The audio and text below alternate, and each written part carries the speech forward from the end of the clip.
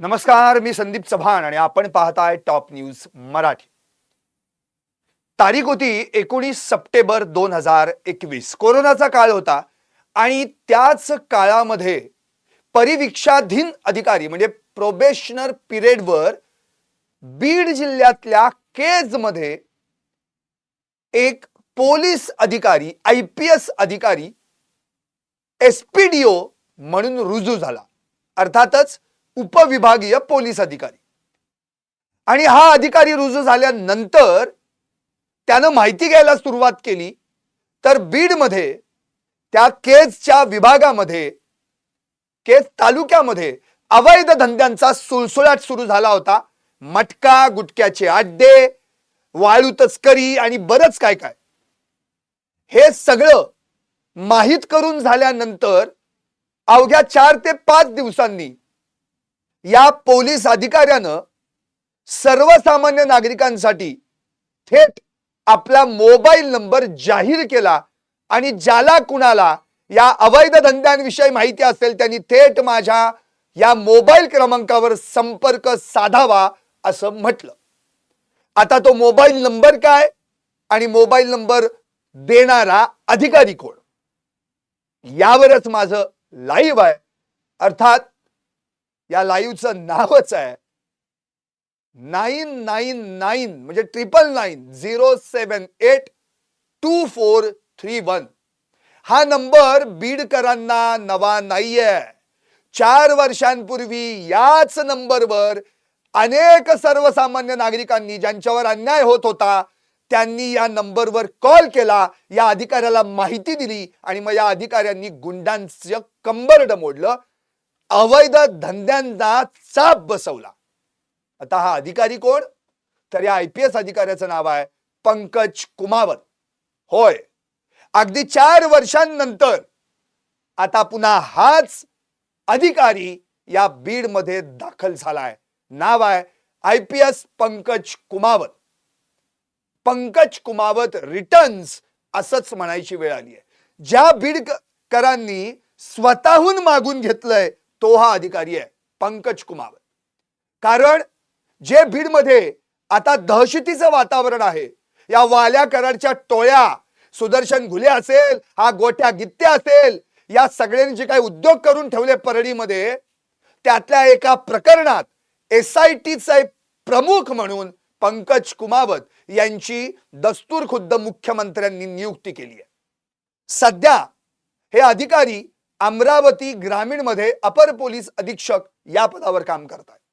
पण याच अधिकाऱ्यानं बीड मध्ये असं काही काम करून दाखवलं होतं की डॅशिंग आणि धाडसी अधिकारी म्हणूनच पंकज कुमावत यांचं नाव घेतलं गेलं। एवढंच नव्हे, संतोष देशमुख प्रकरणात याच अधिकाऱ्याला SIT मध्ये घेण्यात यावं अशी मागणी संतोष देशमुख यांचे बंधू धनंजय देशमुख यांनी केली होती। आता महादेव मुंडे प्रकरणात स्पेशल जे SIT नेमलेली आहे, ज्याला आपण स्पेशल इन्व्हेस्टिगेशन टीम म्हणतो, विशेष तपास पथक, त्याचे प्रमुख म्हणून पुन्हा एकदा पंकज कुमावत 4 वर्षांनी या बीड मध्ये दाखल झालेत। त्यांनी केस मध्ये काम केलं, 19 सप्टेंबर 2021 ला रुजू झाले आणि त्यांनी अशी काही सुरुवात केली की बड्या बड्या राजकीय नेत्यांचे गुटख्यांचे साठ्यांचे धंदे नेस्तनाबूत केले, वाळू तस्करीवर लगाम लावला, मटक्याचे अड्डे, नंतर बेकायदा दारूचे अड्डे उद्ध्वस्त केले। इतकंच नव्हे, या सगळ्या प्रसंगांमध्ये त्यांच्यावर एकदा वाळू तस्करांनी हल्ला देखील चढवला। त्यांनी बाहेरच्या जिल्ह्यात जाऊन देखील धाडसी कारवाया केल्या। इतकंच नव्हे, पंकज कुमावत यांना पाहून आणि त्यांची ती सगळी धाडसी वृत्ती पाहून अनेक गुंडांनी बीड जिल्हा सोडून दिला होता। आता ते गेले, 4 वर्षानंतर अधिकारी बदलले या 4 वर्षात, पण पुन्हा एकदा या 4 वर्षात पंकज कुमावत यांना बोलावण्यात आलंय। ते खास 21 महिने जरी झाले तरीही अजून आरोपी सापडलेले नाहीत त्या महादेव मुंडे प्रकरणाच्या तपासासाठी।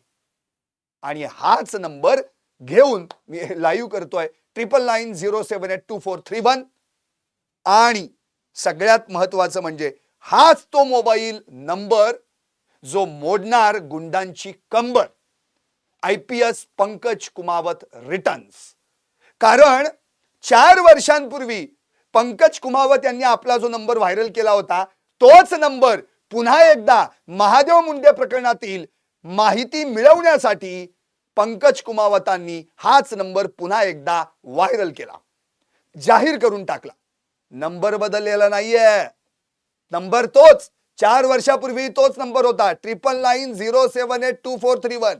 4 वर्षांनंतरही तोच नंबर आहे 9990782431. 4 वर्षांपूर्वीचे पंकज कुमावत तेच आहेत आणि 4 वर्षांनंतर सुद्धा पंकज कुमावत तेच आहेत. म्हणूनच बीडमध्ये, परळीमध्ये महादेव मुंडे प्रकरणात सर्वांनी त्यांची नियुक्ती करण्यात यावी यासाठीच मागणी केली होती आणि आता ते दाखल झालेत. ते दाखल झाल्या त्यांनी थेट गाठलं ते कुठे, जिथं महादेव मुंडे यांची हत्या झाली त्या स्पॉटवर गेले, स्पॉट पंचनामा केला.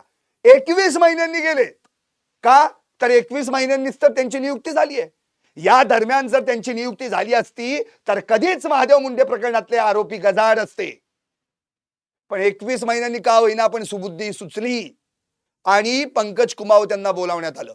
आता या संपूर्ण प्रकरणामध्ये पंकज कुमावत यांना जेव्हा या ठिकाणी SITचे पथक प्रमुख म्हणून पाठवलं, त्यांनी पहिल्यांदा स्पॉटवर जाऊन त्या ठिकाणी पाहणी केली. परळीमधील कोर्टासमोरच्या मोकळ्या जागेत पटांगण आहे मोठं, त्या ठिकाणी 8 ते 9च्या दरम्यान 21 ऑक्टोबर 2023 रोजी महादेव मुंडे यांची निर्घृण हत्या करण्यात आली होती. त्या ठिकाणी ते गेले आणि त्यांनी तात्काळ एक परिपत्रक जारी केलं. SIT कडून हे परिपत्रक जारी करण्यात आलंय, त्यावर त्यांचा फोटो पण आहे, महाराष्ट्र पोलीस लोगो आहे. आणि त्यांनी या परिपत्रकात काय म्हटलंय ते अत्यंत महत्वाचं आहे. त्यांनी अगदी स्पष्ट म्हटलंय, महादेव मुंडे प्रकरणातली कोणतीही माहिती असो मला थेट या मोबाईल नंबर कळवा, त्या व्यक्तीचं नाव पूर्णपणे गोपनीय ठेवण्यात येईल आणि त्या बदल्यात त्याला उचित बक्षीस, योग्य बक्षीस देखील देण्यात येईल. थोडक्यात काय, माहिती द्या, बक्षीस घ्या, अशीच भूमिका या परिपत्रकातून त्यांनी मांडली आहे. या परिपत्रकात काय म्हटलंय अगदी थोडक्यात तुम्हाला सांगतो आणि मग आपण पुढे जाऊयात. स्वर्गीय श्री महादेव दत्तात्रय मुंडे, राहणार भोपला, तालुका परळी, वैजनाथ, हल्ली मुक्काम बँक कॉलनी, परळी, वैजनाथ, यांची दिनांक 21 ऑक्टोबर रोजी रात्री 8 ते 9 च्या दरम्यान परळी कोर्टासमोरील मोकळ्या मैदानात हत्या झालेली असून सदर प्रकरण संबंधानं पोलीस ठाणे परळी शहर येथे अज्ञात आरोपी विरुद्ध गुन्हा रजिस्टर नंबर 191/2023 कलम 302 भारतीय दंडविधान प्रमाणे गुन्हा दाखल आहे. सदर गुन्ह्यातील आरोपींचा अद्याप पावेतो शोध न लागल्यानं IPS श्री पंकज कुमावत, भारतीय प्रशासन सेवा यांच्या अध्यक्षतेखाली SIT गठीत करण्यात आली असून SIT पथकानं पुढील तपास सुरू केलेला आहे. स्वर्गीय श्री महादेव दत्तात्रय मुंडे यांच्या हत्येबाबत काही माहिती मिळाल्यास अथवा त्याबाबतची माहिती देणे असल्यास IPS श्री पंकज कुमावत, भारतीय प्रशासन सेवा यांना त्यांच्या वैयक्तिक मोबाईल क्रमांकावर म्हणजेच 9990782431 यावर माहिती द्यायची. माहिती देणाऱ्याचे नाव पूर्णतः गोपनीय ठेवण्यात येईल. माहिती देण्याचं नाव कोणत्याही परिस्थितीत उघड केलं जाणार नाही. तसेच माहिती देणाऱ्यास उचित बक्षीस देण्यात येईल. म्हणजे असा हा धडाडीचा अधिकारी ज्यानं सळो की पळो करून सोडलं होतं 4 वर्षांपूर्वी केज उपविभागातल्या सगळ्या गुंडापुंडांना, आज त्याच अधिकाऱ्यानं आता परळीमध्ये महादेव मुंडे प्रकरणातील SITचे पथक प्रमुख म्हणून जबाबदारी घेतली आहे. आता त्यांच्यासोबत आणखी बरेचसे SITतले अधिकारी आहेत आणि पंकज कुमावत यांनी आता ऍक्शन मोडवर येऊन तात्काळ SITचं परिपत्रक देखील जारी केलंय. खरं तर या सगळ्यात महत्वाचा मुद्दा म्हणजे पंकज कुमावत कोण आहे ते पहिल्यांदा जाणून घ्यायला पाहिजे. पंकज कुमावत अत्यंत डॅशिंग आणि धडाकेबाज पोलीस अधिकारी. खरं तर 2014लाच ते IIT दिल्ली येथून त्यांनी इंजिनिअरिंगची पदवी घेतली होती. त्यानंतर त्यांनी नोएडातील एका कंपनीत बिझनेस अॅनालिस्ट म्हणून काम देखील 2 वर्ष केलं. खरं तर 10 लाखांचं पॅकेज होतं, पण नाही, तिथे मन रमलं नाही. भारतीय प्रशासकीय सेवेत जायचंय हे ठरवलं. मग 2016 पासून UPSCची तयारी सुरू केली. 2017ला मेन्स मध्ये पास झाले, मुलाखतीपर्यंत धडकले, पण निवड झाली नाही. 2018ला 423वा रँक मिळवला. त्यानंतर त्यांना भारतीय पोलीस सेवेतील महाराष्ट्र केडर मिळालं आणि मग 2019 मध्ये त्यांना त्या ठिकाणी सेवेत घेण्यात आलं, ट्रेनिंग सुरू झालं आणि बीडला केजमध्ये त्या ठिकाणी सहाय्यक पोलीस अधीक्षक म्हणजेच एसपीडीओ म्हणजेच सब डिव्हिजनल पोलीस ऑफिसर म्हणजेच पोलीस उपविभागीय अधिकारी अशी त्यांची नेमणूक करण्यात आली. नंतर 2-2.5 वर्षांच्या काळात त्या ठिकाणी त्यांनी अशी काय धडेकाबाज कारवाई केली. गुटखे किंग असतील, मटका किंग असतील, दारू अड्ड्यांमधले सगळे कोण असतील दारू धंदे करणारे अवैध धंद्यांवर अक्षरशः त्यांनी चाप बसवला. अनेक गुंडापुंडांवर कारवाया केल्या, वायू तस्करांवर कारवाया केल्या आणि हे सगळं केल्यानंतर त्यांचा अंबाजोगाई या ठिकाणी त्यांची नियुक्ती करण्यात आली.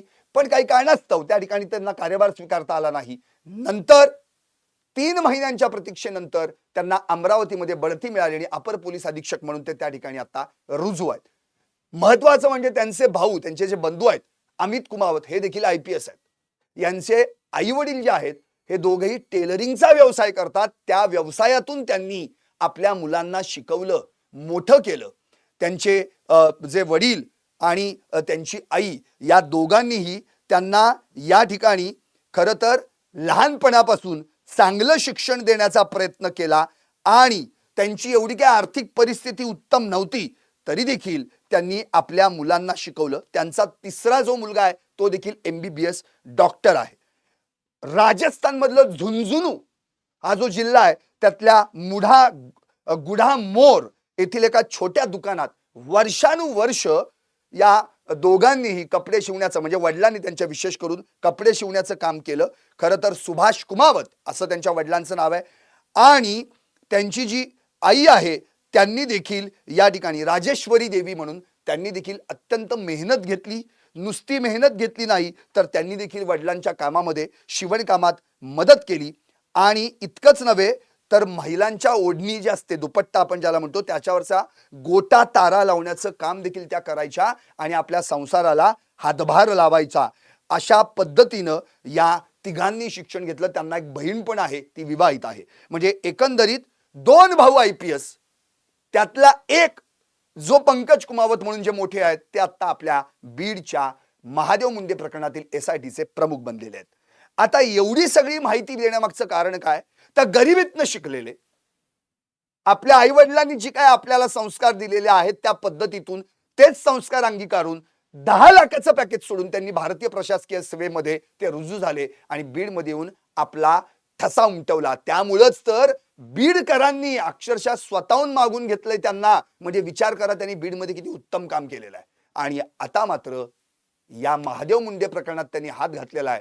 म्हणजे आता यातल्या कुठल्याही आरोपीचं काही खरं नाही. गोट्या गित्तेची खैर नाही. गोट्या गित्ते तुझे दिवस भरले आता असंच म्हणावं लागेल. कारण त्यांनी थेट आता परिपत्रक जारी केलेलं आहे. ज्याला कुणाला माहिती आहे त्यांनी थेट माझ्या मोबाईल नंबरवर सांगायचं. जे काय असेल नाव गोपनीय ठेवण्यात येईल आणि त्याला उचित बक्षीस देण्यात येईल. आता मूळ मुद्द्याला हात घालतो. गुंडांची कंबर मोडली जाणार आहे एवढं नक्की आहे. कारण या संपूर्ण प्रकरणामध्ये जर आपण पाहिलं तर पहिल्यांदा नाव जे घेतलं गेलं ते बाळा बांगर यांच्याकडून. त्यांनी असं म्हटलं की या प्रकरणात वाल्मिक कराड, गोट्या गित्ते, त्याचे 2 पोरं वाल्मिक कराडची सुशील कराड, श्री कराड आणि बाकीचे आरोपी असे आहेत. या सगळ्यांनी महादेव मुंडे यांची हत्या केली.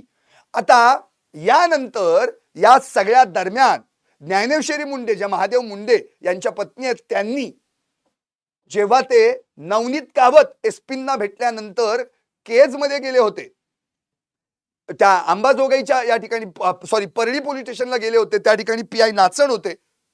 नंतर DYSP अनिल चोरमरे देखील त्या ठिकाणी आले होते. त्यांच्याकडे अंबाजोगाईचा विभाग होता आणि त्याच वेळी गोविंद एलमाटे नावाचे कॉन्स्टेबल होते. ते त्यावेळी ज्ञानेश्वरी मुंडेंना या दोघांसमोर म्हणाले होते की बंगल्यावरून फोन आला आणि तपास थांबवला. तिथून मात्र ज्ञानेश्वरी मुंडे यांनी या प्रकरणात खोलवर घुसायला सुरुवात केली आणि मग महाबंगला कुणाचा, मग हे बंगला कोण चालवत होता, थोडक्यात त्यांना म्हणायचे जगमित्र कार्यालय. जगमित्र कार्यालय धनंजय मुंडे साहेबांचं आणि हे सगळं चालवणारा कोण होता आपल्याला माहिती आहे, वाल्या. आता त्यांनीच फोन केला आणि तपास थांबवला असं ज्ञानेश्वरी मुंडेंनी म्हटलं. नंतर बाळा वांगरांनी याच दरम्यान गोट्या गित्ते यानं महादेव मुंडे यांच्या नरड्याच्या मांसाचा तुकडा काढला, पिशवीत भरला, खिशात भरला आणि 8 दिवस बोंबलत फिरला आणि मग वाल्मिक कराच्या समोर टेबलावर आणून ठेवला. ही माहिती दिल्यानंतर मात्र या प्रकरणात गोट्या गित्ते हे नाव ओपन झालं आणि तिथून चर्चा सुरू झाली. हा गोट्या गित्ते कोण?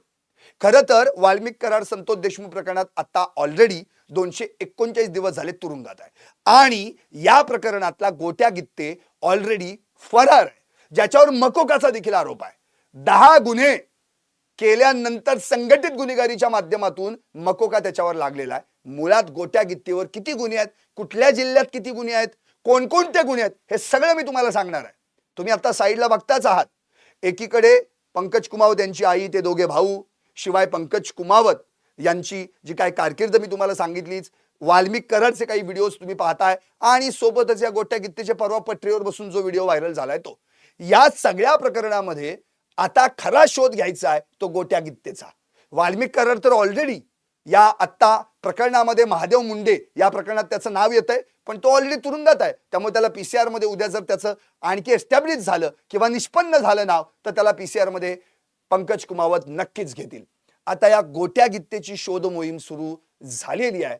खरं तर या प्रकरणामध्ये 21 महिन्यात एकही आरोपी निष्पन्न झालेला नाहीये, कुणीही माहिती पुढे द्यायला येत नाहीये. पण हळूहळू मग बाळा बांगर आले आणि मग सगळ्यांनी लक्ष घालायला सुरुवात केली. ज्ञानेश्वरी मुंडे यांनी तर आत्महत्या करण्याचा प्रयत्न केला. यातून हे प्रकरण विधानसभेच्या पायऱ्यांवर पोहोचलं, नंतर सभागृहात पोहोचलं, मग मुख्यमंत्र्यांपर्यंत पोहोचलं, मग ज्ञानेश्वरी मुंडेच मुख्यमंत्र्यांपर्यंत पोहोचल्या आणि मग एसआयटी स्थापन झाली आणि पंकज कुमावत यांची एंट्री झाली. आता या सगळ्या प्रकरणात जो गोट्या गित्ते अण्णा आमचा विठ्ठल असं म्हणतोय, अण्णा माझा विठ्ठल, त्याच गोट्या गित्तेला घडणार आता मोठी अद्दल असं म्हणायची वेळ आहे. कारण वाल्मिक कराडचा राईट हँड, त्याचा वाजणार बँड म्हणजेच हा गोट्या गित्ते. कारण या गोट्या गित्तेचे कारनामे जर आपण ऐकले, जसं ते म्हणतात ना बाप से बेटा सवाई, तसं इथं गुरु से चेला सवाई असं म्हणायची वेळ आली. कारण की ह्याचा गुरु म्हणजे वाल्या. आता गुरुनी काय शिकवलंय त्यानुसारच चेला वागणार. या गोट्या गित्तेवर 1-2 नव्हे, तब्बल 5 जिल्ह्यांमध्ये 5-10 नव्हे, तब्बल 43 गुन्हे दाखल आहेत. बीड, पुणे, छत्रपती संभाजीनगर, नंतर त्याच जोडीला लातूर, परभणी, या 5 जिल्ह्यांमध्ये एकूण 43 गुन्हे दाखल आहेत. याची टोपण नाव पण बघा, गोट्या, नंतर काय ज्ञानोबा, नंतर काय ज्ञानबा. म्हणजे गोट्या उर्फ ज्ञानोबा उर्फ ज्ञानबा मारोती गित्ते हा कुख्यात दरोडेखोर आहे. हा परळीतल्या नंदागोळ मधला रहिवासी आहे. 2007 पासून ते अगदी 2025 गेल्या 18 वर्षात याच्यावर 43 गुन्हे दाखल आहेत.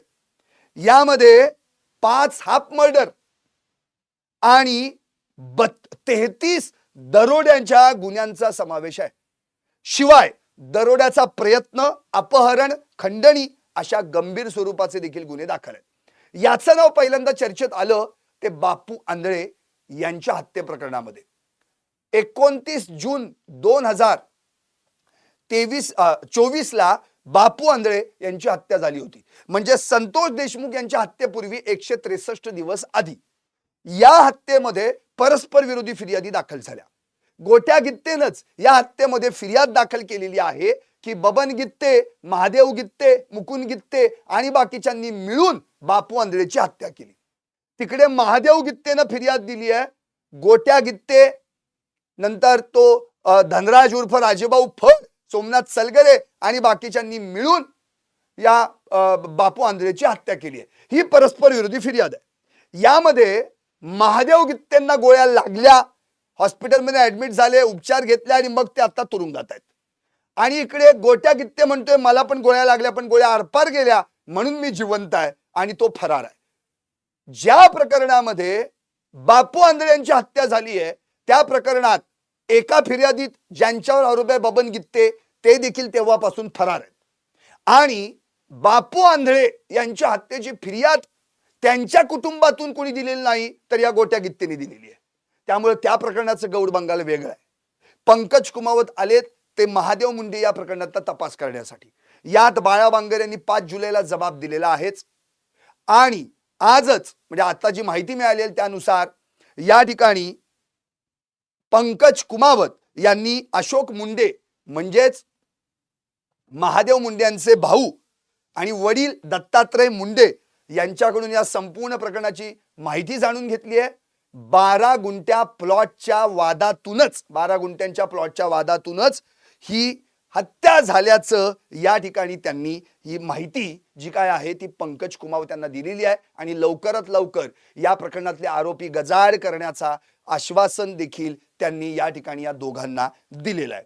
खरं तर या संपूर्ण प्रकरणात गोट्या गिद्देचा रोल काय आहे तो बाळा बांगर यानं क्लिअर केलाय. सध्या 2-3 व्हिडिओज त्याचे आता व्हायरल होत आहेत.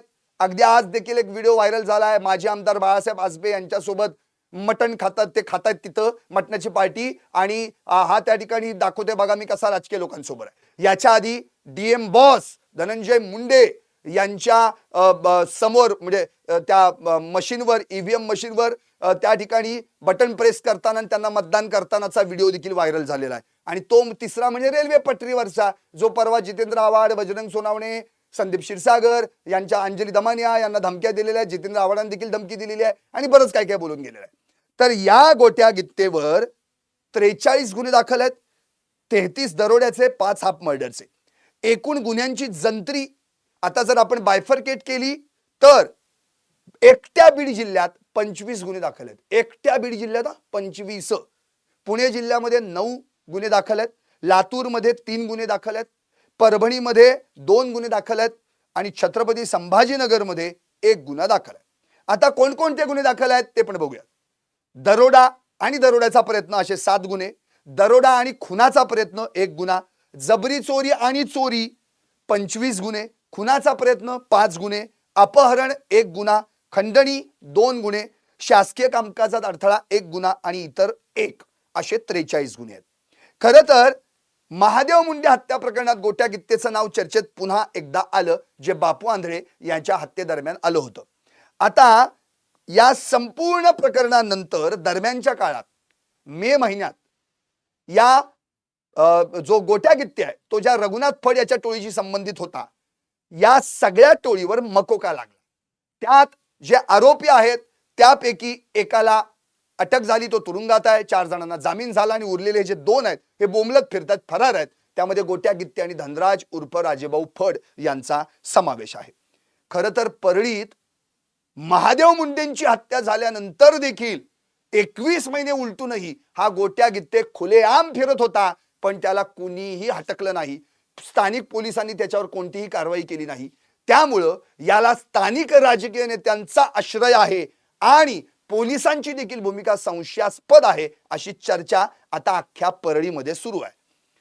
आपल्याला आठवत असेल 6 डिसेंबर 2024 ला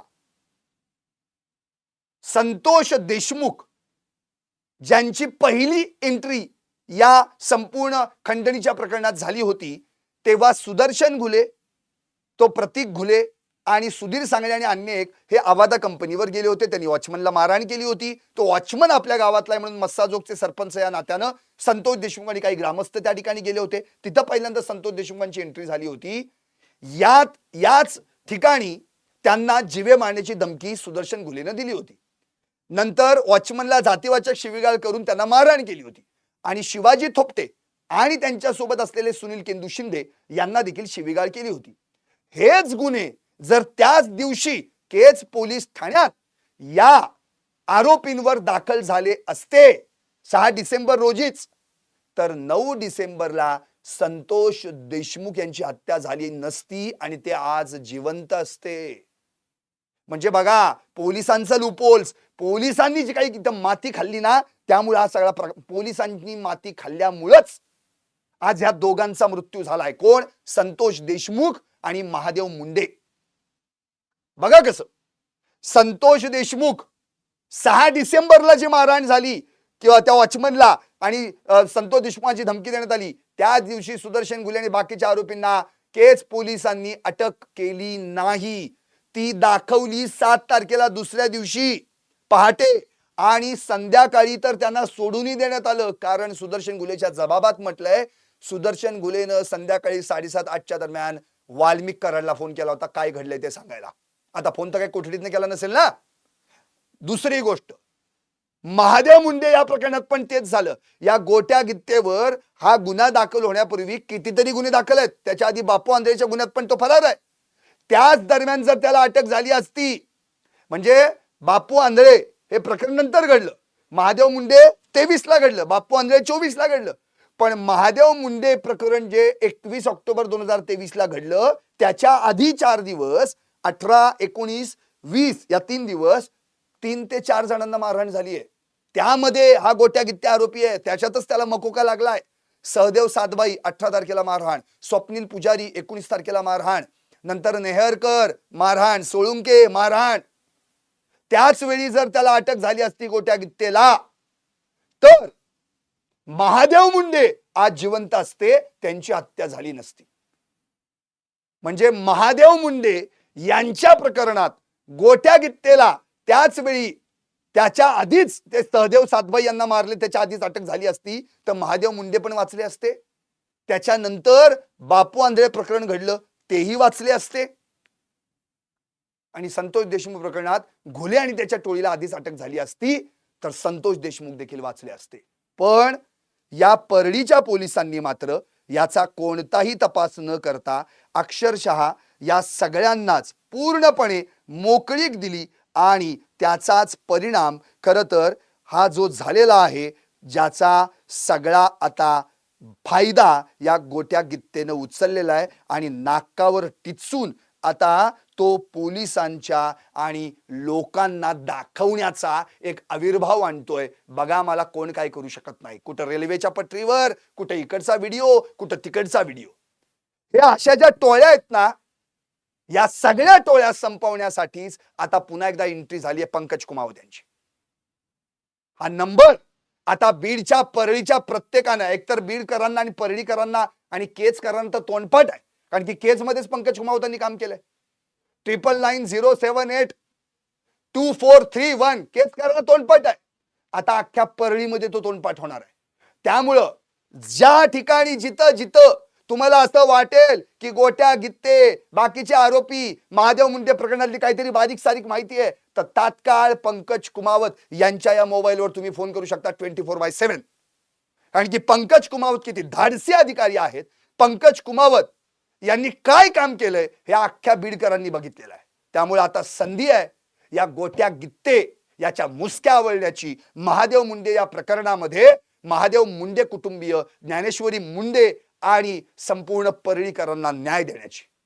खरं तर ज्या क्षणी पंकज कुमावत यांची एंट्री होणार होती, एसआयटीत नाव झालं, लगेच वाल्मिक कराडचा सुशील कराड हा मुलगा बाहेर आला आणि तात्काळ त्या ठिकाणी माझ्या भावाचा आणि माझ्या वडिलांचा महादेव मुंडे यांच्याशी काहीच संबंध नाहीये, आम्ही त्यांना ओळखतच नाहीये, अशा बाता मारल्या.